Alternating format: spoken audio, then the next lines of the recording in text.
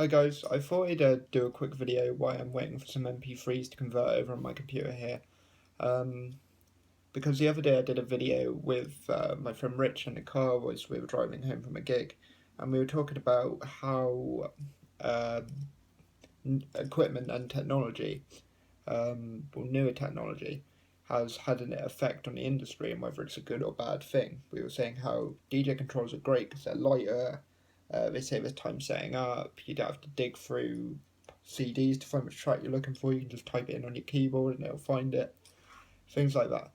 Which we've been using, but we've been using a sort of more tried and tested piece of equipment that kind of do that sort of thing.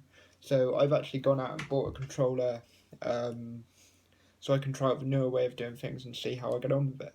So I'll keep you all up to date on that, and I'll take a look at the controller soon as well. But this video I wanted to talk about how another thing in the industry is sort of coming into play over these last at least year or so. I've seen it start coming into play, especially with DJ software like Algorithms DJ, which allow you to use things like Spotify to stream music rather than actually having to have the music on, say, a USB stick or a mass storage hard drive or CDs. You can basically, the idea is you have all your music on Spotify, you turn up at your venue or wedding, whatever you're DJing, and you type in what you're looking for. Instead of searching your physical songs, your physical MP3 collection, like on your USB stick or something, it will search Spotify's database or Spotify. It will find the song. You can then stream it live to your audience instead of actually having to have the song, which then I guess a positive of that would be that it opens up a gigantic music library for you to play through. But the downside of that is I don't think we're ready for it yet. And the reason I don't think we're ready for it yet as an industry is because I've been to many venues over the past 8 years that have had very, very bad Wi-Fi. I've even struggled at times to get a good sort of mobile phone connection to call my office or something like that. So if I turned up at a venue and I was relying solely on just Spotify, I think I'd really struggle, because at the moment I think the internet connections all over the country are nowhere near stable enough for us to be like, hey, that's a reliable way of DJing. But I think, unfortunately, it's going to move that way because of the way the music industry is moving itself. If you think, years ago we had CDs, and then lately everyone started switching to downloading MP3s because it's just easier. And now it's easier just to pay a monthly subscription and just stream the MP3s you want to listen to. And with things like 3G on your phone, you can even stream it in your car, things like that.